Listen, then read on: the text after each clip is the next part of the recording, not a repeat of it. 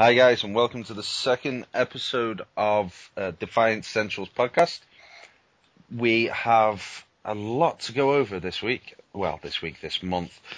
We have, as usual with us, Kalbuir. Hello, everyone. And also Matrek. What's up? Oh my! Whoa! What's up? My voice did not work when I said that. Right, we'll. Yeah. Anyway, we have had a busy month this month with Gamescom. Well, Gamescom was a little bit ago, and PAX as well. We have left this a little bit later due to unforeseen circumstances in the thing called real life, but we are ready and raring to go and to bring you everything that we have to you. Mainly today we're going to have Kalbuir speaking because he was there, he visited Gamescom, and he will be able to tell us a lot more of what happened and what is going on. So I open the floor to you, Kalbuir. Thank you. So yeah, I was at Gamescom a couple of weeks ago, which was truly amazing. Where to start really? First of all, let's start with the basic stuff. Tryon was pretty well represented at Gamescom.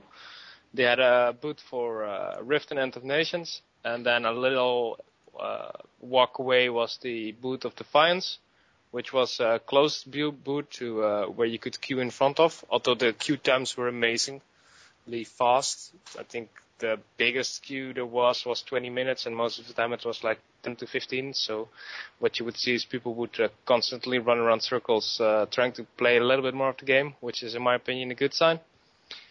And then in the hall, kind of between Defiance and End of Nation Rift was Warface, which is another game which Tryon is bringing. So that's good. I've been there pretty much all the days. I've met all the people at Tryon, at least everyone I could hunt down, which was really great. Everyone was really energetic when talking about their games and their jobs. So that was really great. Who did you manage to get to meet? You were saying that you met quite a few people.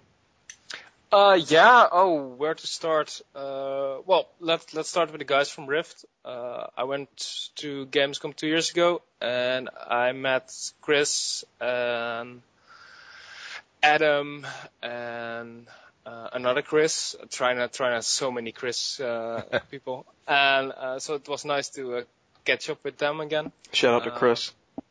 Hi, the Chris's. And then, of course, the guys of Defiance. First and foremost, Rob Hill, which as some of you could have seen, was I had an interview with, which was really amazing. Let's see who else. Both of the community managers, Kiara from Europe and Elizabeth from the USA, which are both truly amazing. Let's see. Then we have Tony Morton, which is the one of the level designers for Rift. So he basically makes all the measures for the levels. He was also the one who built the PvP map, Warfront, which was both shown at PAX and at Gamescom, which is a truly impressive map. It's a really small map. Waterfront is the smallest scale instant PvP for Defiance so far, but there were just so many points to jump on and jump over, and it really felt to me like you could have some really interesting routes where you could actually pretty successfully sneak up to people. From what I saw of the map, it's got some really nice vantage points, as well as the crates, the containers which are open at both ends, so you can like sneak in. Bad looks up. There are actually 4 good vantage points. Actually 5. Two different ships, which are like medium height, and you're pretty exposed there. Then you have like the big crane, which is in the middle of the map, which is pretty much your basic point where, well, you get up and you're probably not going to survive long, but you might get a few good kills there. And then you have the houses, which have like these, how do you say that? Roofs, not flat, but in a point. So apex roofs. Yes. So those are quite nice. As you might have seen from my gameplay footage, I'm not a sniper at all. So what I mostly spent doing on the sniper kit was running around with stealth and basking people with melee. On that note, by the way, melee was a bit overpowered in the build shown at Gamescom. As you can see, once the shield is down, it takes like one hit to down someone, and as soon as people caught onto that, it got a little bit crazy. Slugfest. So other thing was grenades are truly awesome in Defiance from what I've seen so far. You throw them, and on impact, they explode, and they bounce really nicely. So you can actually throw them around corners if you're with a little practice and stuff like that. Other cool stuff on Waterfront is that when my team was ahead, because what they had on the setup, you would come into the room after queuing, then you would play a match. It's been a while. I think it was 5 versus 5, it was 4 versus 4, and the first team to 25 kills would win. Well, as you can imagine, I played quite a bit, so it wasn't really fair at one point because, well, you're playing against people who were like the first time experiencing the game, and here I come who were like, Uber hacks. So most of the time when my team was like far ahead, I would like just run around the map trying to find little things or, well, just get a feeling for the map. And one thing I noticed is that there are a lot of routes where you can like jump from one thing to another and then to another, almost to the degree where I would see like a parkour type thingy happening, where you could like go from one container to another, or actually jump around the corner into a container and stuff like that. It seemed really well done. So they're thinking about all the different ways of getting from A to B instead of just going on the ground. To name an example, that one of those houses, there's like just crates up, but there's also a little ramp, which if you sprint and you take the ramp, you can actually, if you time it correctly, you can actually make it on the roof. So especially the more you play the map, you start to notice those little things, and it feels very deliberate to me, so that's really cool. Also, in the YouTube videos, you see those trucks. You can actually sit in the cargo container of that truck. It's an open topped vehicle, but you can actually sit in it and, well, kind of hide if you want. So that was pretty cool as well. So there is a lot of cover to be able to hide, to use your sniping and. Definitely.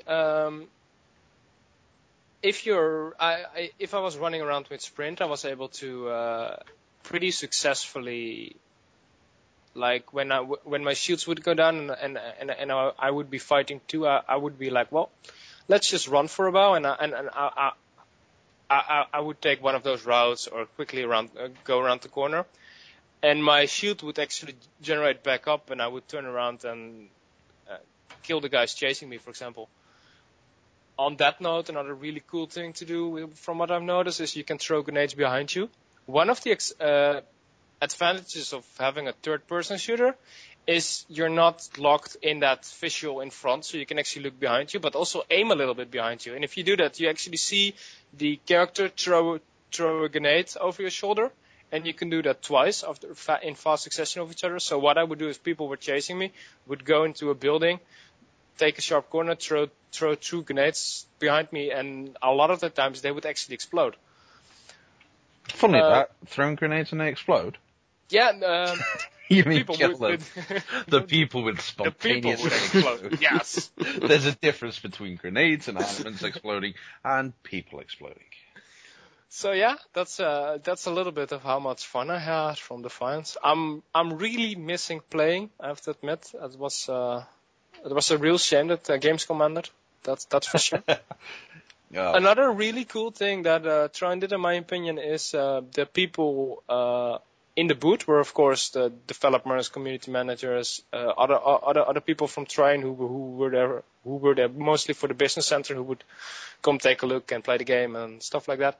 But Trine actually also brought like a bunch of the Defiance Q&A team, who did most of the help on the booth and answer questions and were really helpful.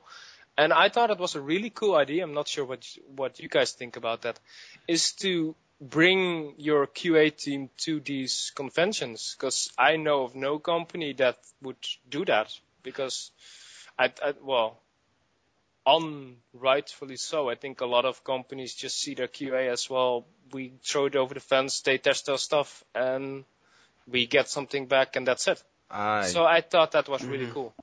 Yeah, you could tell from the footage from PAX as well that you had people going round.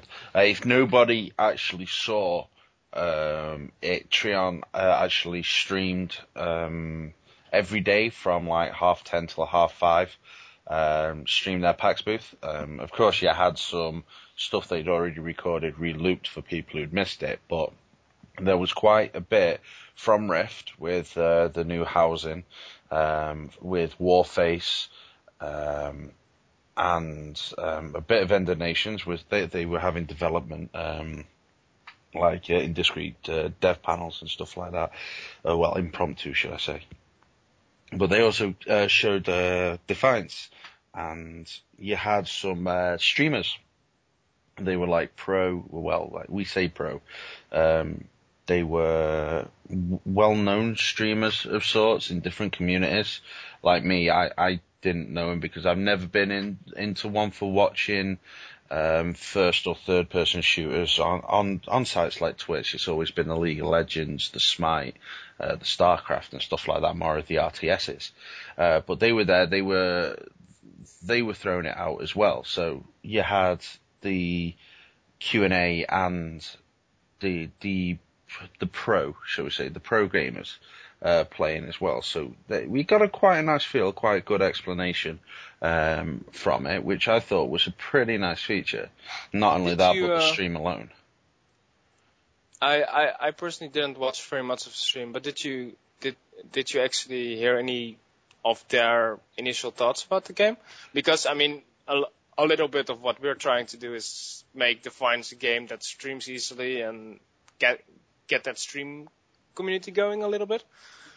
So I'm curious what they would think about that. They were really liking it from what we could tell. You had this one lad. I'm no good with names, so I'm not going to even try saying any of their names or remembering it.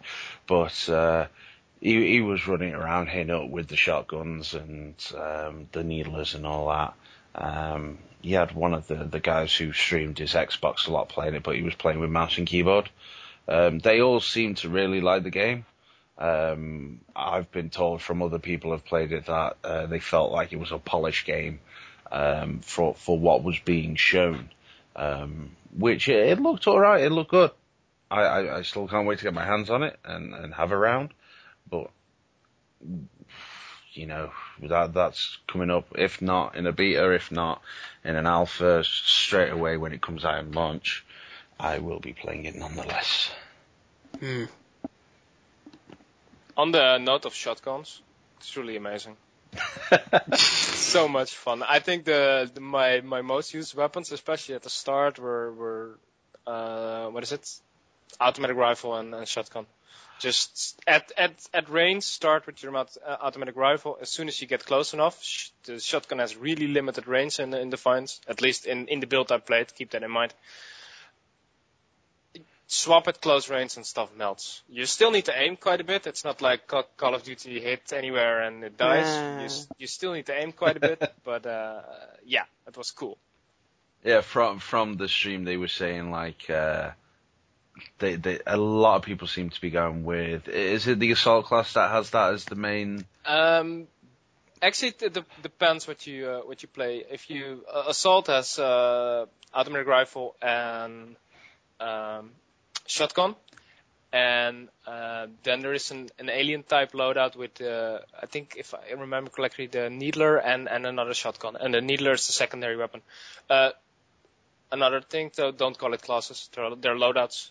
Loadouts. Yeah, Yes. there was There are some no confusion. classes. I'm gonna hide in the corner now. Should you we go do explain that. that once more so we don't get that? We probably mixed up? should. We probably should. Yeah. Right, Matt, you go ahead. Well, there are no classes in Defiance. Yeah. You make your loadouts, which in the build I played, I mean, again, don't expect it to be in game, but you can choose any weapon you want, put it in your loadout, spec into abilities, which modify the behavior of the abilities.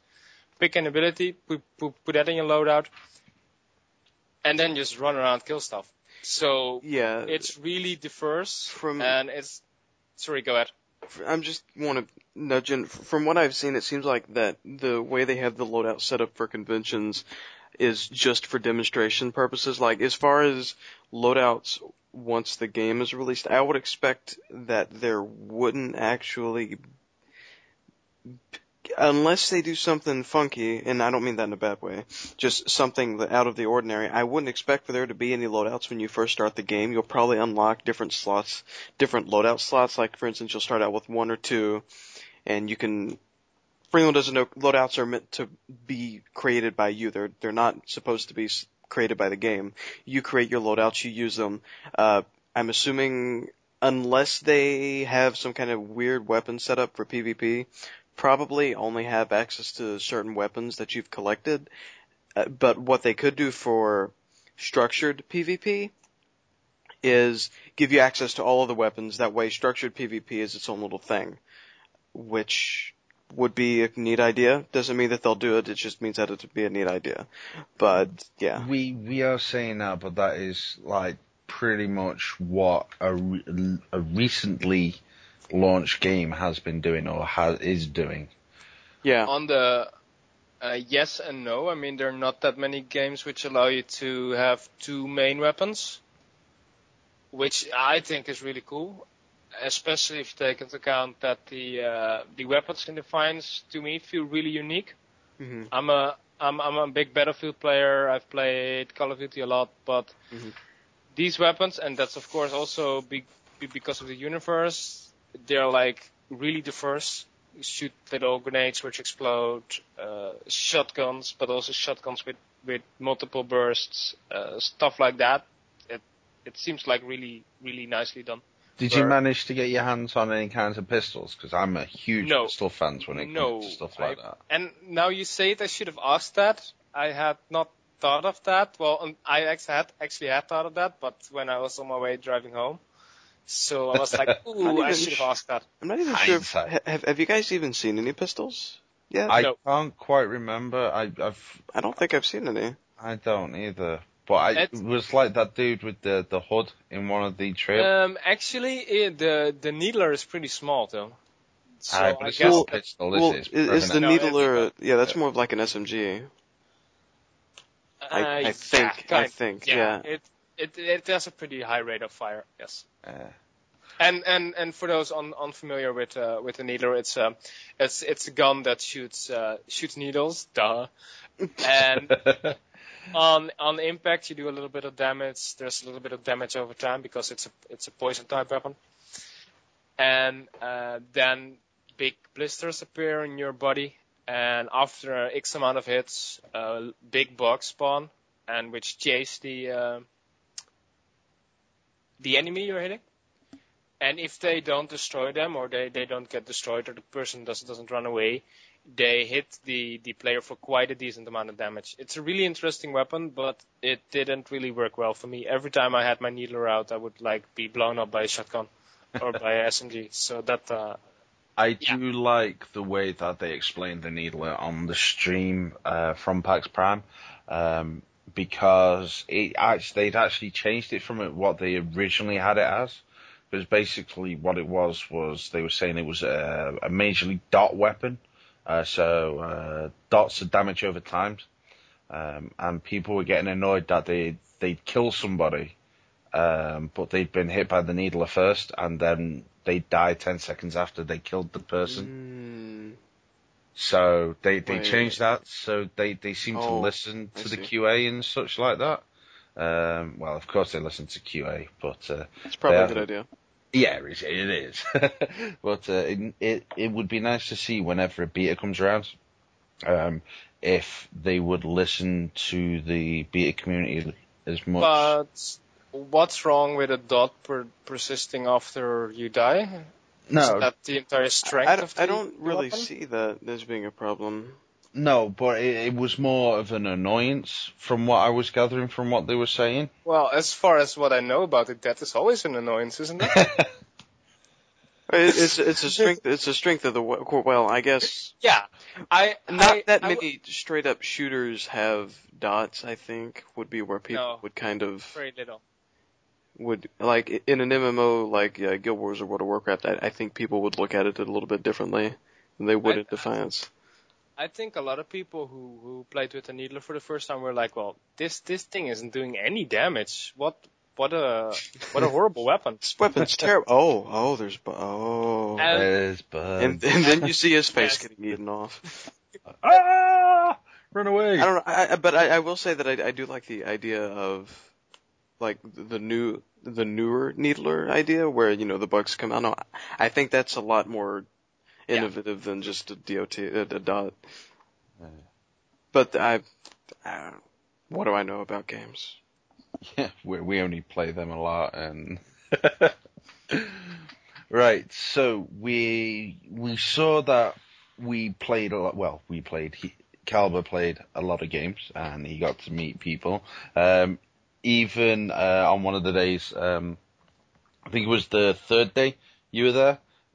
One, you got locked out of your apartment, wasn't it, or your hotel room? Yeah. Which you was want me to explain that? Awesome, clever. It's kind of a nice story, I guess. Oh, go on. It's a lovely story with a. It's a lovely story with a happy cold ending of. I can laugh about it now, but I mean, yeah. I started feeling bad for you by the third day. Yeah, I was like, what a dumbass, you fool! Wait, you slept in a car. Oh well. Oh, now you guys spoiled it already. Great. Yeah, the problem was like the third day we had the Tryon community party, which was, well, I'm getting sidetracked, but which was absolutely amazing. The first time I went to a Tryon community party was actually the first one 2 years ago, where it was like really small because, well, Tryon had no games out. There were only a small group of loyal fans. And this year it was like, I don't know, 10 times the size that it was. There was like this giant hotel with like a roof terrace and indoors floor, just full of Tryon employees, fans, people from other the development teams from games who just came and poked their hat in. It was just really amazing. It was a great night. So after that night, I went to my hotel with a taxi, and I was like, well, everything's going nice so far. And I go to the front door, and I'm like, well, this is a little dark. And my hotel is actually not really a traditional hotel, but it was more like a restaurant with a few rooms on top of it. So I tried to open the door, and it was about, I think, 2 a.m. at that point, and the door wouldn't open. I was like, what the hell is going on here? So I was like, oh wait, there's a keypad. One of those keypad, thank you. And I'm like, well, I didn't get a code for that. And I'm looking at my key. I'm like, well, they must have put that thing on there. And I'm like, no, they didn't. And then I'm like, well, is there a phone number? And there's also no phone number. Turns out that they did not give me the code when checking in, and checking in was already a little bit awkward because I gave my name and got a key and went upstairs, and that was it. No, the usual passport scanning or stuff like that. So I was like, okay, this is pretty fast. But yeah, it turned out they forgot to give me the key code. So I was like, okay, what are we going to do now? And well, it was a party, so I had a little bit of beer. So I was like, well, I'm not going to drive around back to the city to have some fun. I was just like, well, I'll just walk around a little bit, sleep a little bit in my car, and then at 6 a.m. I could actually get in my hotel. I got like, I think 90 minutes or 2 hours of sleep. Took a shower, which was also quite awkward because I couldn't stand in the shower. And I saw pictures of that so-called shower. Yeah, I came in the bathroom and I was like, oh, yes, I have a bot. That's pretty nice if I have extra time. Note to self, you do not have extra time during Gamescom. And then one morning I wanted to take a shower and I'm like, wait, I cannot even stand here because the roof would be like under the, well, directly diagonally across the bot. Do I explain that correctly? It's essentially a triangle. Yes. So that was great. But yeah, so then I went to Gamescom and that was like my longest day then. And the days were already pretty long since I wanted to write the article each night and stuff like that, which kind of got screwed up. But yeah, not a hell of a lot of sleep. And let's say the first day my feet were just tired. The second day my feet hurt a little bit. The third day my feet hurt only when walking. And when I was going home, I actually had to stop a few times because I had no feeling in my heels anymore. And it took a couple of days for that to get back together, but it was definitely all worth it. Well, you know what you need to do next time, then? First of all, Get a key. probably make sure that I can get in past 2 a.m. So yeah. That or, different place with proper showers and doors. Well, yeah, what was your room actually nice? We didn't see the pictures of the room. Well, it was just really basic, just a like, bed. I'm assuming it wasn't a freaking penthouse, but No, it was just cheap, but the bed was good and cleaning was good, and I didn't have to pay the night where I didn't sleep, so they kind of sorted that out, and I'm happy. And the food downstairs was terrific, so I can't really complain. But yeah, small mistake on their side. Awesome. Right, with you being there, you got a chance to speak to Rob Hill, and we went through. Well, you guys, I keep saying we. That's really bad because I wasn't there. But you went through some questions that the community, we can wish, that the community went through, and some of the stuff that you'd picked up while you were there.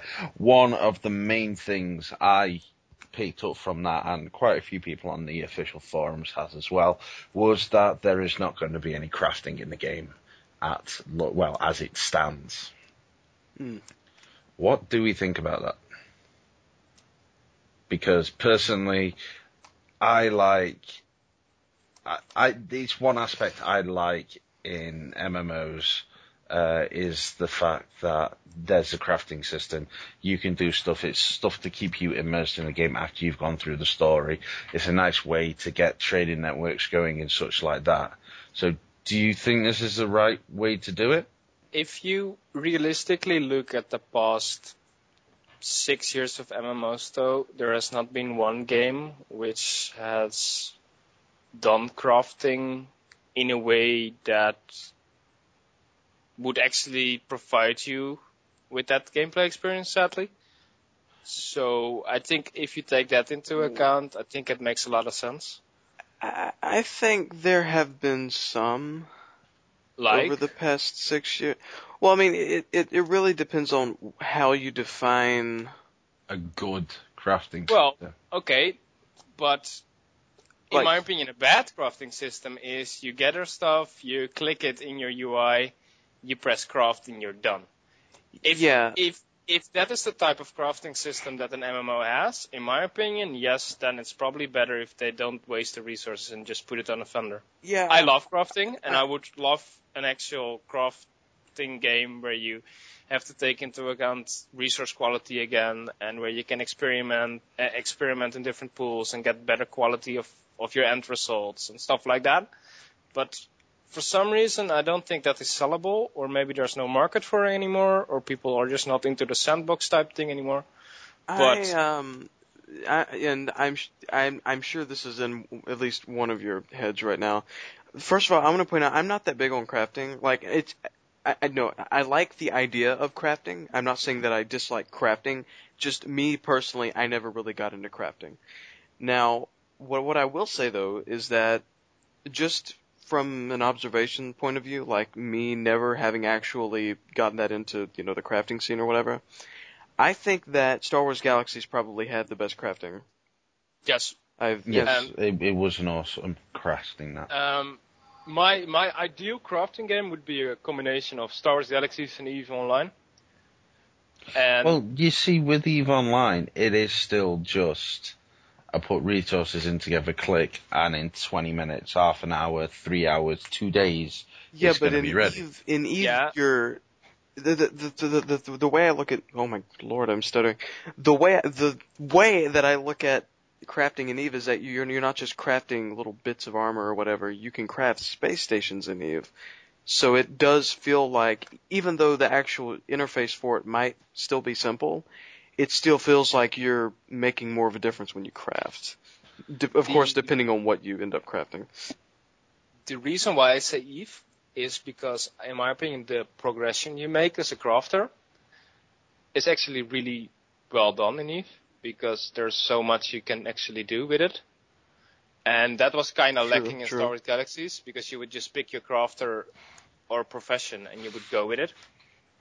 Well, in Galaxies, you could form entire factories and have a whole operation going. That was my main thing. I had 3 player-run stores fully stocked running. It was more of a day job than an actual game, but I had a lot of fun doing it, and I miss that so much these days. Well, that's the thing, right? I played Star Wars until the whole debacle of it going under, but with the other stuff, I've played EVE for 6 years, I played WoW for 6 years, I play games for a very long time, and I tend to craft in all of them, right? Now, there is that part at the end of the where it hits endgame, where, like in WoW, where you've got your elixirs and everything like that, which people go out and they do their gathering, they do this, they do that towards it. They even I used to play the market, I used to play the trade networks, the auction houses, to get cheaper mats to sell if I didn't have time to go crafting. So it brings that many different bits of the game into one, that it's got that more immersion into it. But that's just me. But a lot of other people, from what I've seen, well, I say a lot of the others, people need to start going to the Defiance forums and start talking.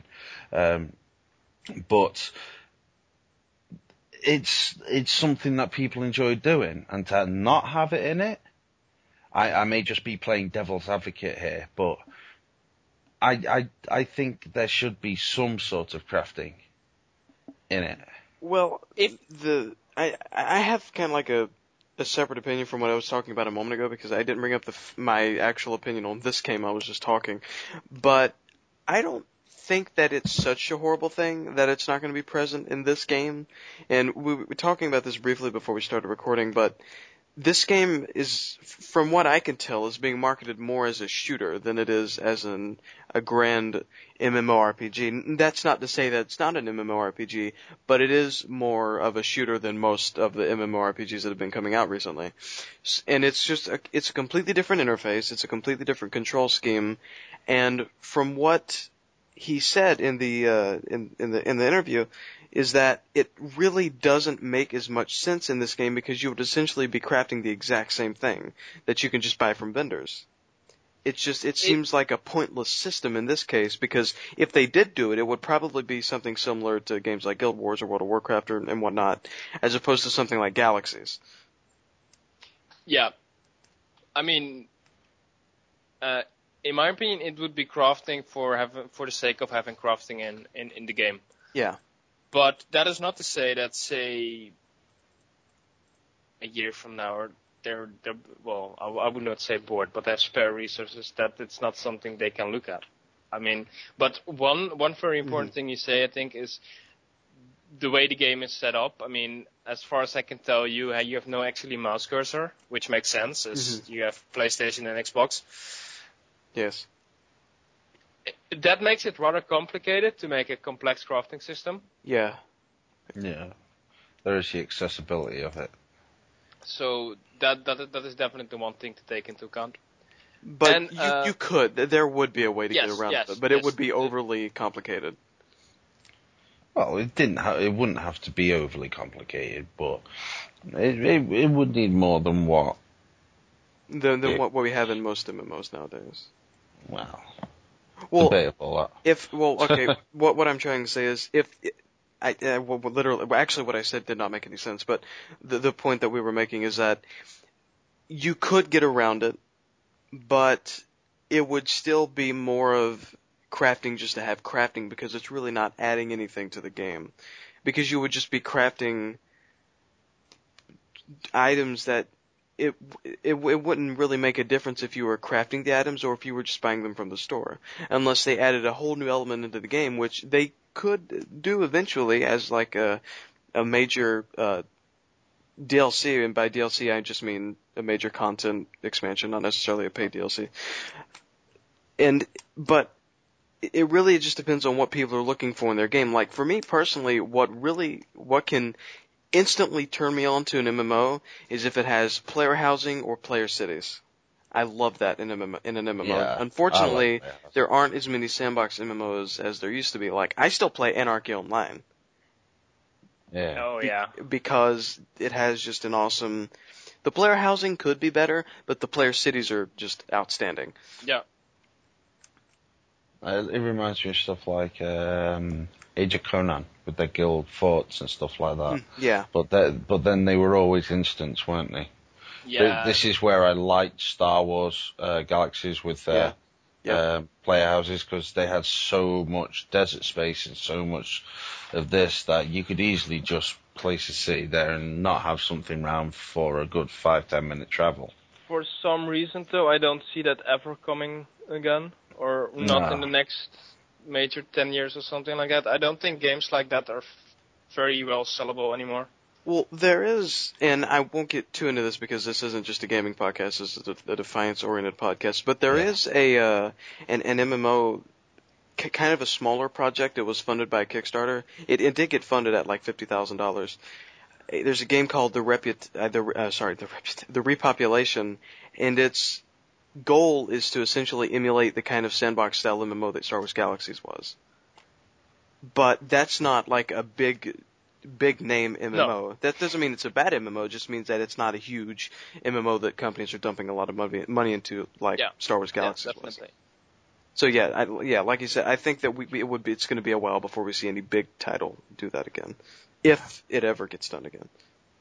So we'll finish off this crafting thing with just one simple question, and you don't need to explain it. Crafting in the game, yes or no, in your honest opinion?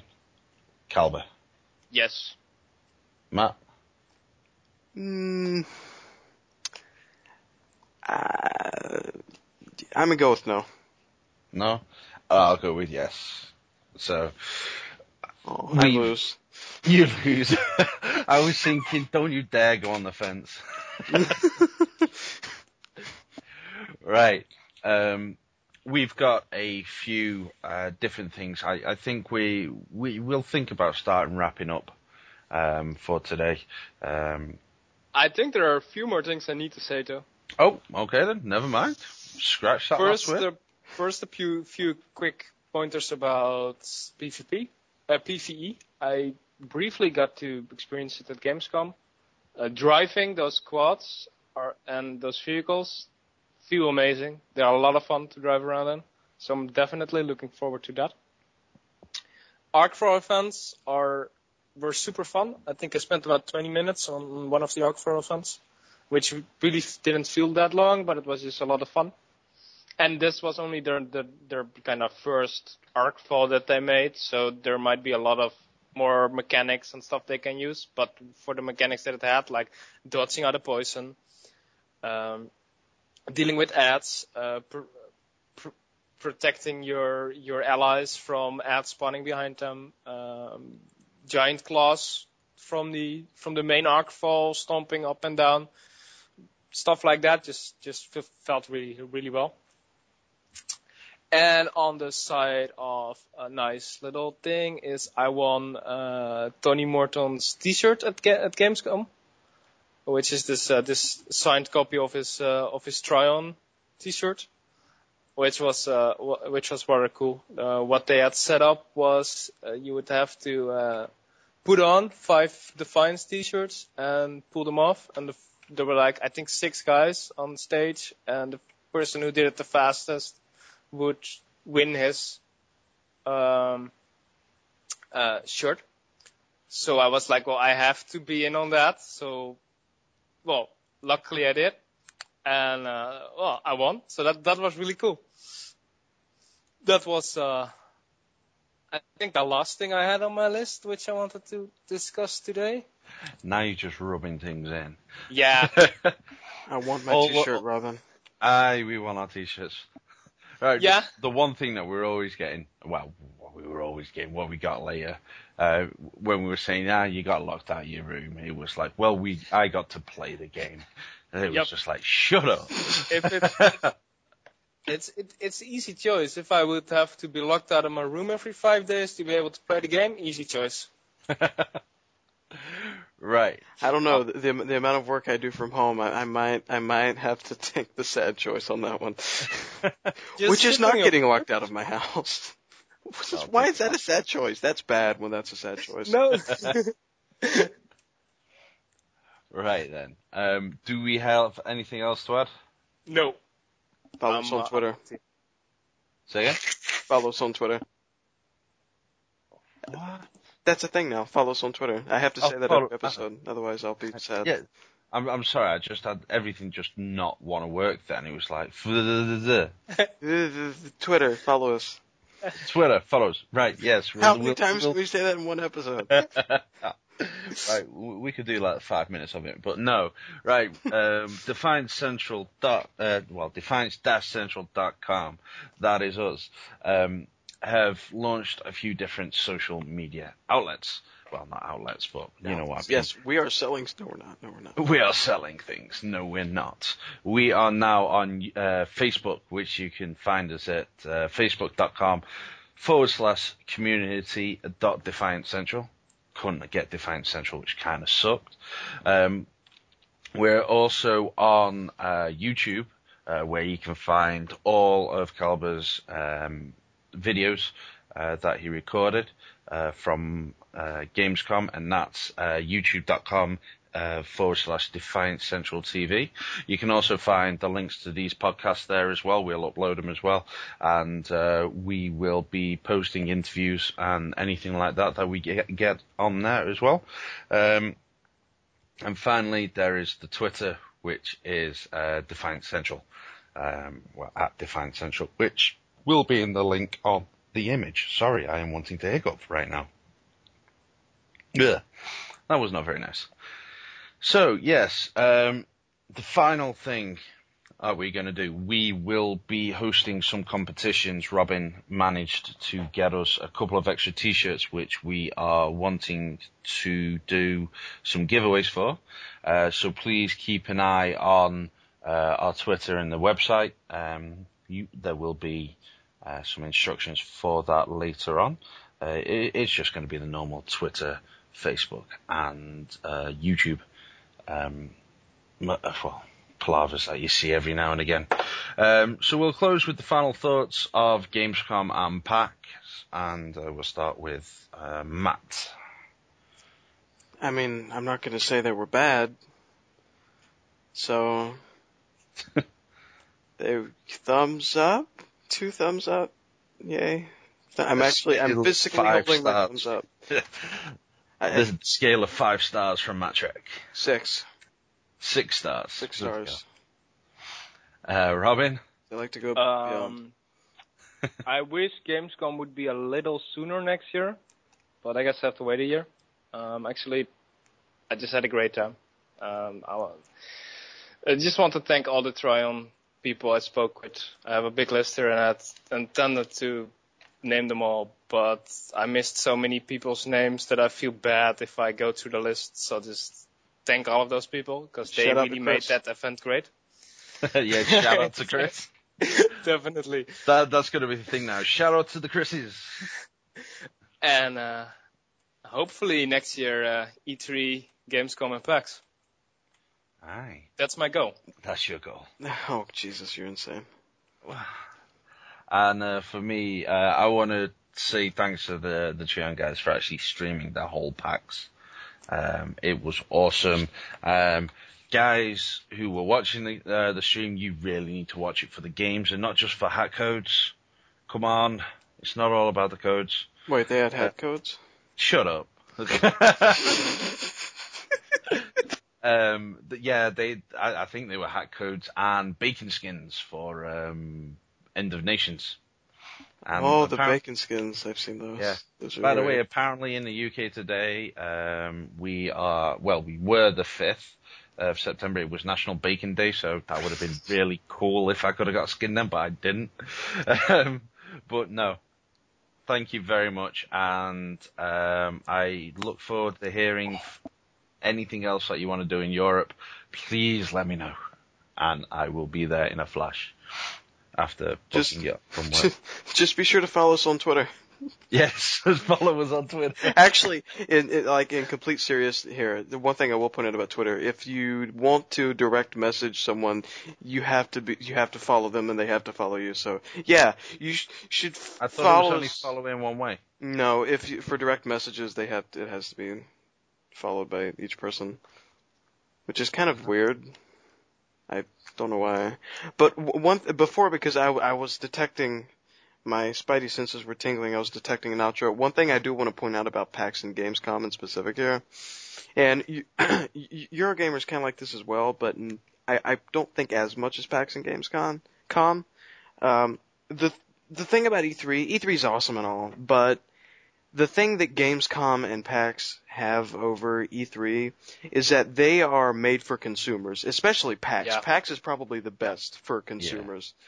It's so much more focused around the gaming community in general than E3 is. E3, honestly, has been getting progressively worse over the years, and it's still entertaining. But the only thing I look forward to with E3 is the press conferences that are streamed live. Those are the only interesting things anymore. So, just as a general recommendation for anyone that wants to go to a convention, PAX East, PAX Prime, Gamescom. I don't know that much about Eurogamer, but I've heard good things. Eurogamer is alright, it's a lot smaller. You still have your developer sessions. It runs for 4 days, Thursday through a Sunday.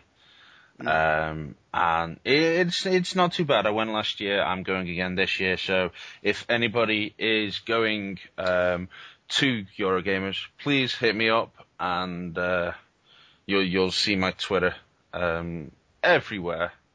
Yeah, basically. Literally everywhere. We're gonna have billboards. It's just gonna be a billboard that says "follow us on Twitter." Yeah, hit us up. We'll have a convo. We'll have a laugh, and it'll be even nicer if I could have a T-shirt. I want my T-shirt, Robin. Oh boy. Right, and on that note, we are gonna leave it. It's goodbye from me. Goodbye, guys. Later, guys. Take care. Have fun.